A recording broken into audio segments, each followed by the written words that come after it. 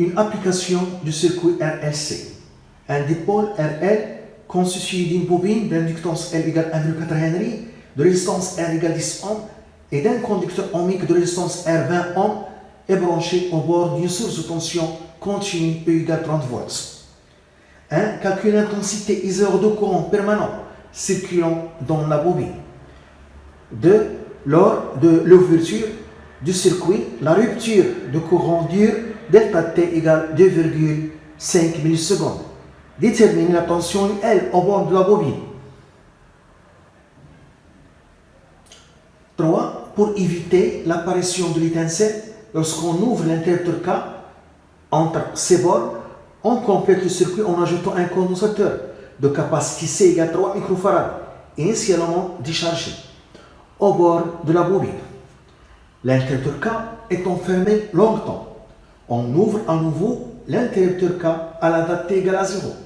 Un système informatisé d'acquisition permet de visualiser l'évolution en fonction du temps des énergies électriques et magnétiques.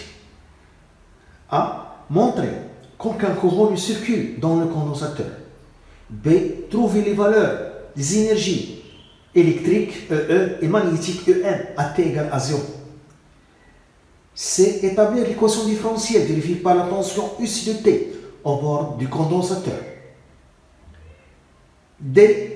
Pourquoi n'y a-t-il plus d'étincelles? 1. L'intensité I0 en régime permanent. L'intensité du courant I0 en régime permanent.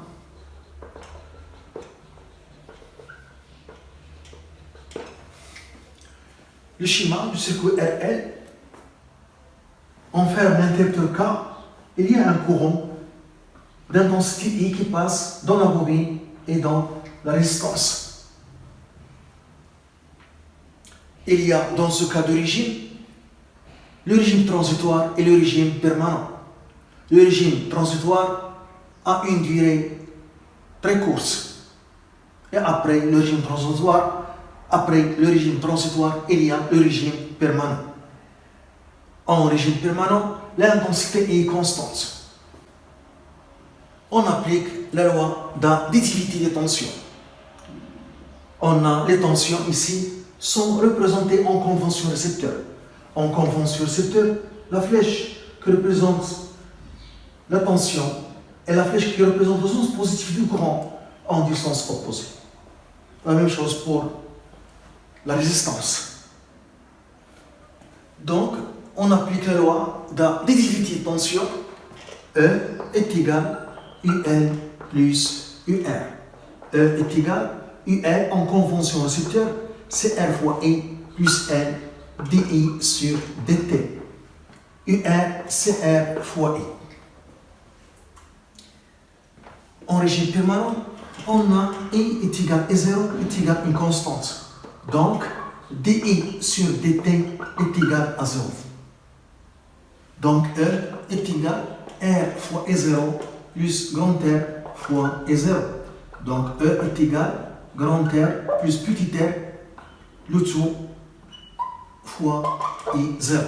On cherche l'intensité du courant en régime permanent. I0 donc est égal à E sur R grand R plus petit r. Donc I0 est égal, E est égal à 30 volts, R est égal à 20 ohms, petit r est égal à 10 ohms. Donc on trouve 1 ampère. 2. La tension est au bord de la bobine lors de l'ouverture de l'interrupteur K. La tension UL lors de l'ouverture de K, de l'interrupteur K. On a en convention récepteur, la tension UL est égale à R fois I plus L dI sur dt. On a ouvert l'interrupteur K. Donc, I est égal à 0. Donc UL égale, donc la tension UL est égale LDI sur DT. Cette écriture DT signifie une durée très courte. On a ici delta T est égal 2,5 millisecondes qui est une durée très courte. Donc je peux écrire la tension UL au bord de la bobine est égale L delta I sur delta T. À delta T, une durée très courte, 2,5 millisecondes. Donc c'est égal à L delta I. Delta I, c'est la valeur finale de l'intensité du courant moins la valeur initiale. La valeur finale, c'est 0, car on a ouvert le circuit. Et la valeur initiale, c'est la valeur qu'on a lorsque l'interrupteur est fermé. Et lorsque l'interrupteur est fermé, on a le régime permanent. L'intensité est 0, 1 ampère. Donc, la valeur finale 0, moins la valeur qu'on a en régime permanent est 0. Sur delta T qui est égal à 2,5 millisecondes. Donc la tension UL est égale moins L fois I0 sur delta T. Donc la tension UL égale application numérique moins 1,4 I0 1 ampère delta T 2,5 millisecondes en seconde fois 10 au second tour. Donc on trouve moins 560 volts. Donc la valeur absolue de la tension UL lors de l'ouverture de l'interrupteur K est beaucoup supérieure à la tension E fournie par le générateur qui est égal à 30 volts. C'est la surtension. On appelle ce phénomène la surtension. Surtension. C'est la surtension. C'est un phénomène qui est dangereux car elle provoque, ou bien elle produit, la surtension produit une étincelle entre les bords de l'interrupteur K qui peut endommager le circuit. C'est le phénomène de la surtension qui produit une étincelle entre les bords de l'interrupteur K. Et cette étincelle peut endommager le circuit. Donc la surtension est un phénomène qui est dangereux dans ce cas, car il y a apparition d'une étincelle qui peut détruire le circuit électronique. Pour éviter la surtension ou bien l'apparition d'une étincelle, on branche un condensateur entre les bornes de la bobine.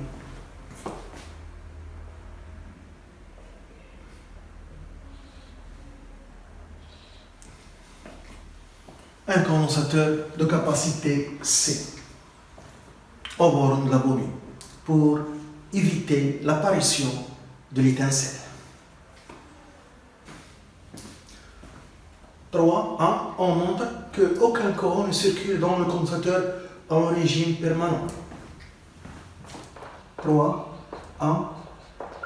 Aucun courant ne circule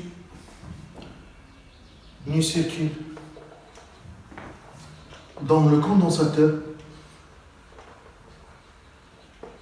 en régime permanent.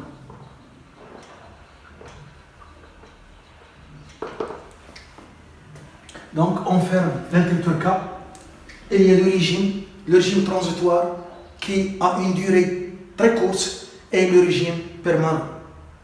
On montre qu'aucun courant ne circule dans le condensateur en régime permanent.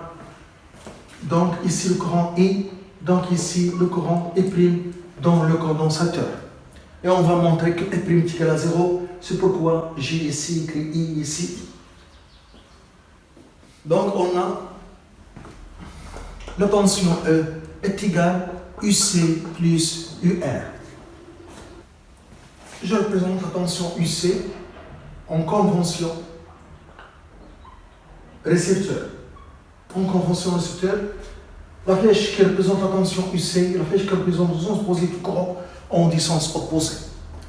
Donc on peut écrire E est égal UC plus UR. E est égal UC plus UR, CR fois I en convention récepteur. Donc, puisque on va montrer que E' est égal à 0, donc dans R, il y a un courant d'intensité I qui circule dans la bobine. Je dérive cette équation. Donc, dE sur dt est égal à duc sur dt plus R di sur dt. On a le régime permanent. Donc, di sur dt est égal à 0, car I est égal à 0, est égal à une constante en régime permanent. Et E est une constante, car on a une source de tension. Donc, 0 est égal, duc sur dt. Je multiplie donc par C. Donc 0 est égal à C duc sur dt. Et C duc sur dt représente l'intensité du courant I' dans le condensateur en convention récepteur. Donc I' est égal à C duc sur dt en convention récepteur est égal à 0.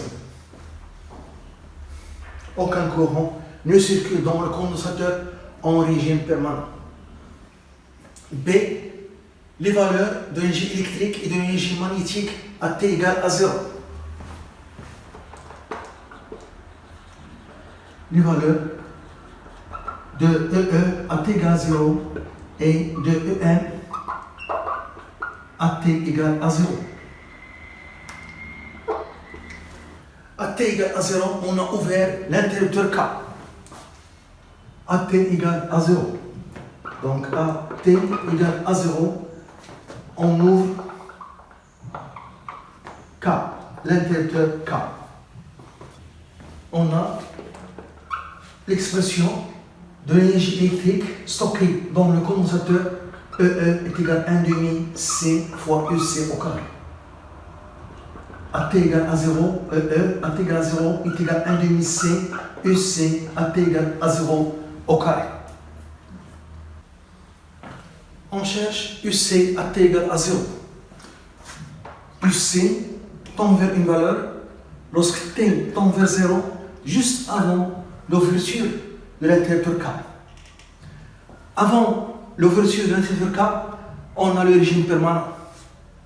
Et on voit ici que la tension UC égale à la tension EL, car elles sont montées en parallèle, le condensateur et la bobine. Donc, CUC, CUL en régime permanent. Donc, en régime permanent, est une constante. Donc, CR, la résistance de la bobine, fois E0, l'intensité du courant en régime permanent. Et puisque la tension UC au bord du condensateur est continue, donc UC tend vers R fois E0, lorsque T tend vers 0, juste après l'ouverture de l'interrupteur K.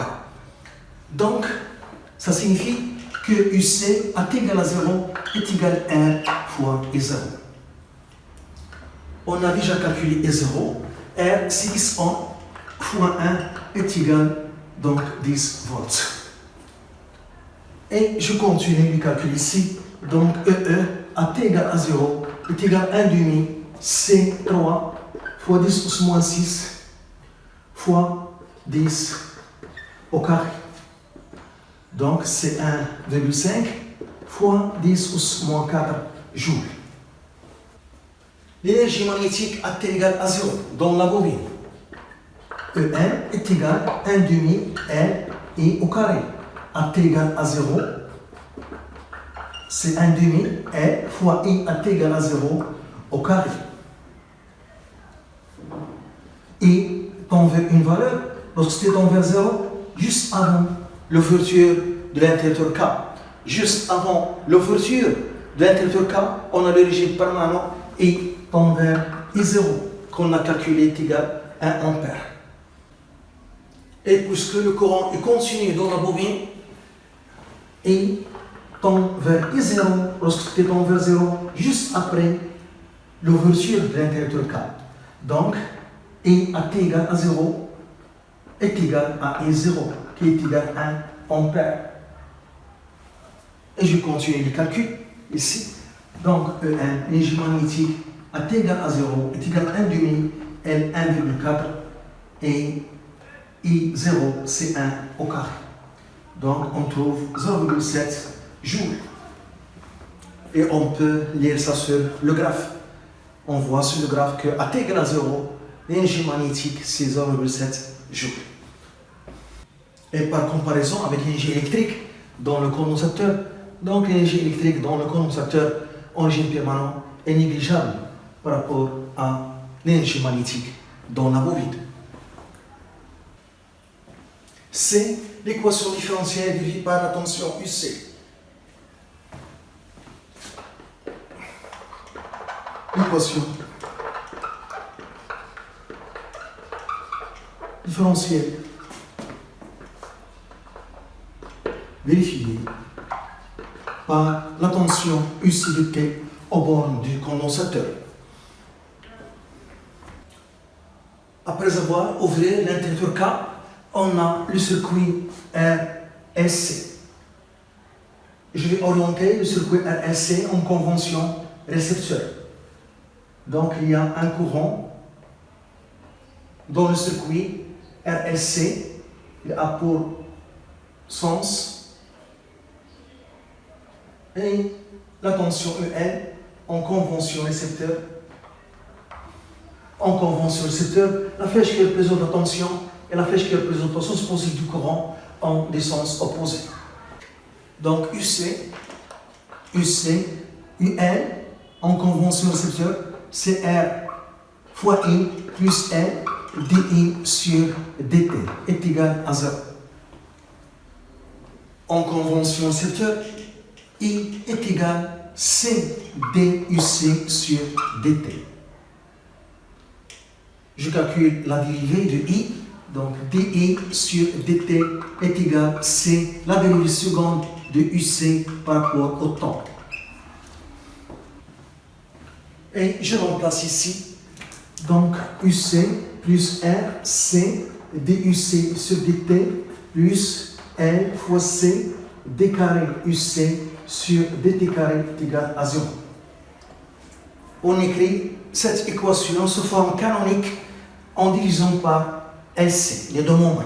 Donc on aura d carré UC sur dt carré plus R sur L, DUC sur dt plus UC sur LC est égal à 0. Et puisque on a UC est égal à moins UL, je remplace ici UC par moins UL. Et je multiplie le nombre par moins 1. Donc je trouve une équation différentielle de second ordre vérifiée par UL. Donc d carré UL sur dt carré plus R sur L dUL sur dt plus UL sur LC est égal à 0. D, dans ce cas, il n'y a plus d'étincelle lors de l'ouverture de l'interrupteur K. D, il n'y a plus d'étincelle lors de l'ouverture de l'interrupteur K. Car il y a échange d'énergie entre la bobine et le condensateur. Car il y a échange d'énergie entre le condensateur et la bobine.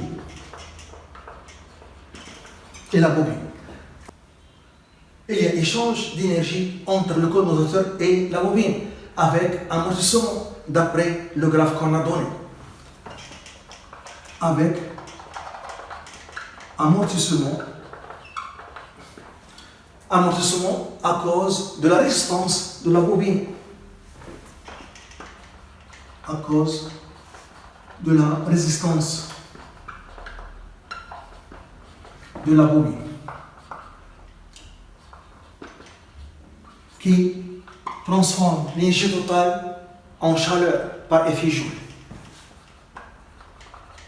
Qui transforme l'énergie totale